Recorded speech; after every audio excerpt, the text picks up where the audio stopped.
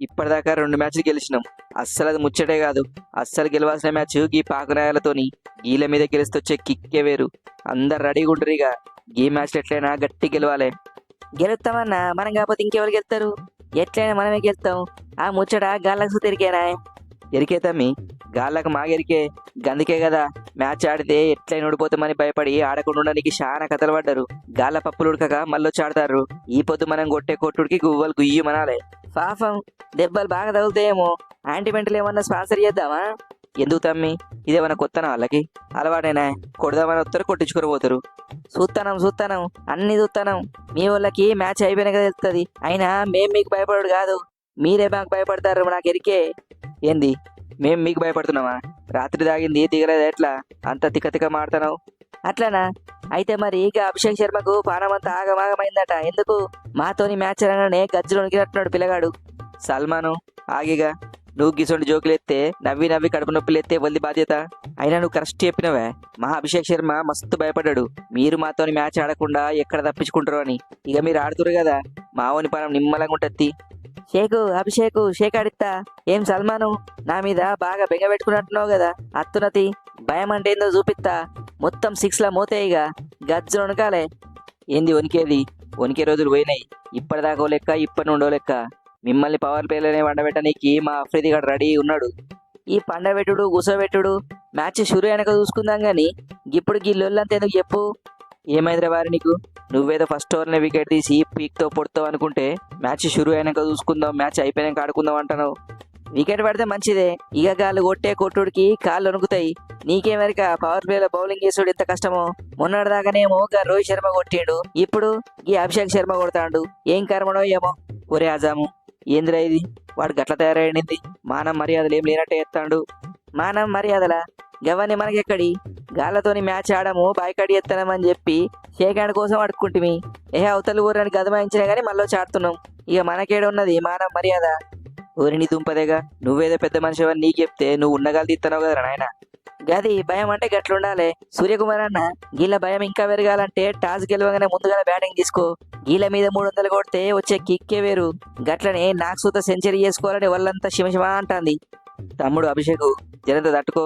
మనం ఈ పొద్దు ఆడేది శ్రీలంకలో ఉన్న ప్రేమదాస్ స్టేడియంలా. గట్లనే ఇది చాలా పెద్దదన్నట్టు. ఎట్లా పడితే అట్లా ఆడితే సినిమా మొత్తం రివర్స్ అవుతుంది. గందుకే జనంతా చూశాడు. నువ్వేం పరిచయం కాకన్నా, గ్రౌండ్ ఎంత పెద్దదైనా సరే మనం కొడితే బాల్ బౌండరీ అవుతూనే ఉంటది. ఏ మీరేనా కొట్టేది?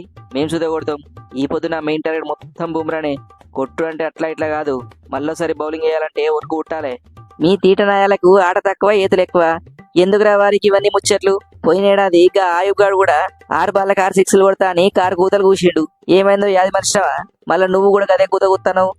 కారు కూతలు బస్సు కూతలు కావు. అస్సలు నువ్వు మళ్ళీ పరి క్రికెట్ ఆడాలంటే భయపడాలి. అట్లా కొడతీయాలా? పాటిగాడు బంద్ చేద్దామి. గీ బూమ్రాను భయపెట్టే మొగాడి ఇంకా ఉట్టలే. నిన్ను ఎట్లా ఉడి ఎత్తునో ఎరికేనా? రాసి పెట్టుకో. బాల్ను గుంజి కాళ్ళ కింద నొక్కితే వికెట్ ఇరిగిపోతుంది చూసుకో. ఏ గవన్నీ ముచ్చట్లు కాదు. ఫస్ట్ తారీఖును చూసి మాట్లాడుర్రి. తారీఖును చూస్తేనే ఒక్కొక్కరు చెమటలు పడతాయి. అమ్మో, ఫస్ట్ తారీఖా? గది ఆదికొస్తే పానమంతా ఆగమాగమవుతుంది. ఫస్ట్ తారీఖు వస్తే చాలు ఆ ఈఎంఐ, ఈఎంఐ, పక్కింటి అమ్మాయి, ఎదిరింటి అమ్మాయి, అన్ని ఈఎంఐలు ఆదికొస్తాయి. భయమే అవుతుంది. అవునువే సూర్యకుమారు, ఈ ఈఎంఐలతోని మస్తు పరిచయం అవుతుంది. అంతెందుకు, మీతోని మ్యాచ్ బైకాడి చేసినాక మళ్ళీ వచ్చి ఎందుకు ఆడుతున్నావు అనుకుంటున్నావు? ఈ ఈఎంఐలు యాదకొచ్చే ఫస్ట్ తారీఖు వస్తే చాలు అంత ఆగమాగమవుతుంది.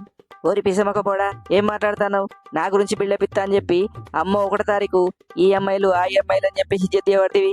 సారీరా తమ్మి, ఈఎంఐల గురించి చెప్పంగానే గతం గుర్తుకొచ్చింది. సూర్యకుమారు, నేను చెప్పేది ఫస్ట్ తారీఖు గురించి కాదు, మా ఉస్మాన్ తారీఖు గురించి. మా ఓడు బౌలింగ్ బాగా ఆలోచించి ఎత్తాడు. ఎవరు ఏ షాట్ ఆడదాం అనుకుంటారో మా ఓడు ముందే తెలుసుకుని ఎత్తాడు. అవు ఇన్నా మీ వాడు ఉరుకొచ్చి మధ్యలో 5 రోజులు ఆగి బౌలింగ్ ఎత్తాడట కదా.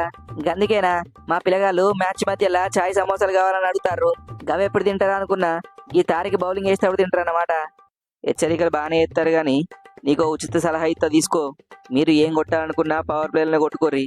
తర్వాత మా వాడు వచ్చిందంటే మిడిల్ ఆర్డర్ మొత్తం గుప్ప కూలిపోతుంది చెప్తానా. పిచ్చోడా, మా మిడిల్ ఆర్డర్లో ఉన్నది ఎవరో యాది మర్చినావా? వాడిని చూస్తేనే మీ ఓనిగాళ్ళకి పాయింట్లు తడిచిపోతాయి. వాడు క్లచ్ దొక్కి కొడితే కథ మొత్తం వేరే ఉంటది. గాడే మా కుంఫు పాండ్యా. నాకు పాకిస్తాన్ పేరింటేనే రక్తం జుయ్యమంటది. ఇక గాలతోని మ్యాచ్ అంటే క్లచ్ ప్లేట్ ఇరిగిపోతాయి, బ్రేక్ వైర్లు తెగిపోతాయి, గేర్ బాక్స్ బద్దలవుతుంది. కొడుకులారా మామూలుగా ఉండదు ఇవాళ మీకు. హార్దిక్ మ్యాచ్ ఆడమంటే కార్ బ్రేకులు దిగిపోయినాయి అని చెప్పి భయపెడతానవా? నువ్వు భయపెడితే భయపడతావు అనుకుంటున్నావా? మ్యాచ్ లో చూపిస్తాం మేమేందో. సల్మాను భయపడాలవే, పడతారు. నీకు నేను చెప్పే ముచ్చటినాక మీ ఒంట్లో భయం తప్ప ఇంకేముండదు. మీరు ఇలా మాతోని మ్యాచ్ ఓడిపోయినాక మీ ఫ్యాన్స్ మిమ్మల్ని ఎట్లా కొడతారో ఎరికేనా?